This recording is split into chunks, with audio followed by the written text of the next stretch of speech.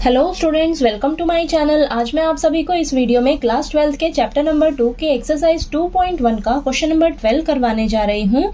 हमें दिया है find the values of the following cos inverse 1/2 plus 2 sin inverse 1/2। तो हमें ये जो फंक्शन दिया हुआ है इसकी हमें वैल्यू निकाल कर बतानी है। ठीक है, तो चलिए स्टार्ट करते हैं। सॉल्यूशन में सबसे पहले हम लिख लेंगे जो हमें दिया हुआ है। लिख लीजिए cos inverse 1/2 plus 2 sine inverse 1/2। ठीक है, तो अब ध्यान से समझिए इसे क्या करेंगे। यहाँ पर देखिए cos इनवर्स 1/2 है ना। अब बाहर cos इनवर्स है तो यहाँ पर ये जो आपको 1/2 दिख रहा है इसे ना हम चेक करेंगे cos के लिए कि cos में हमारा 1/2 कब आता है cos की वैल्यू। ठीक है, तो यहाँ पर आप लिखिए cos इनवर्स।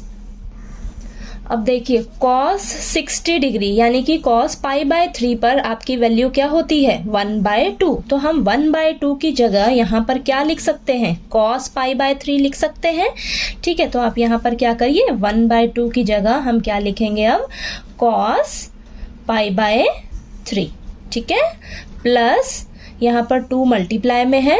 ठीक है, इनटू में यहाँ पर साइन इनवर्स। अब देखिए अब यहाँ पर जो 1/2 है इसे हम साइन के लिए चेक करेंगे क्योंकि देखिए बाहर साइन इनवर्स है। तो यहाँ पर अगर हम साइन के लिए चेक करेंगे तो साइन इनवर्स और साइन आपस में कैंसिल हो जाएंगे। ठीक है, तो अब देखते हैं 1/2 जो है वो साइन में कब आती है इसकी वैल्यू। देखिए साइन 30 डिग्री यानी कि साइन π/6 पर हमारी वैल्यू क्या होती है 1/2। तो हम 1/2 की जगह यहाँ पर क्या लिख लेंगे साइन π/6।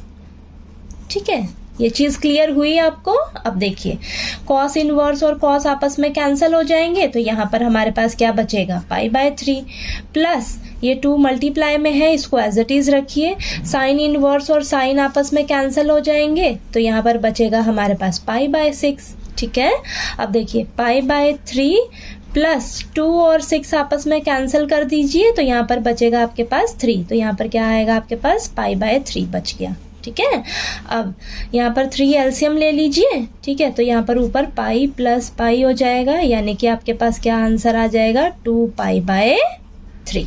ठीक है, तो ये क्या आ जाएगा आपका आंसर।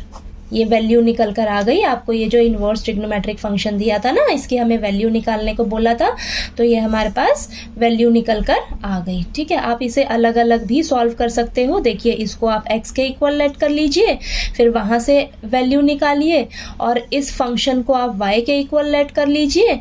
ठीक है, तो यहाँ से आप उसकी वैल्यू निकाल कर क्या करिए दोनों को ऐड कर लीजिए और यहाँ पर 2 जो है वो मल्टीप्लाई में हमें दे रखा है।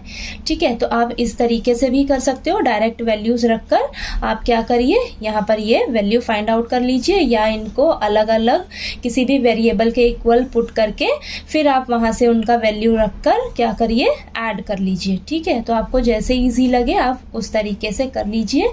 ठीक है, तो आपको ये क्वेश्चन नंबर 12 जो है वो अच्छे से क्लियर हो गया होगा। कोई डाउट आए क्वेश्चन में तो प्लीज़ आप कमेंट करके पूछिएगा। ठीक है।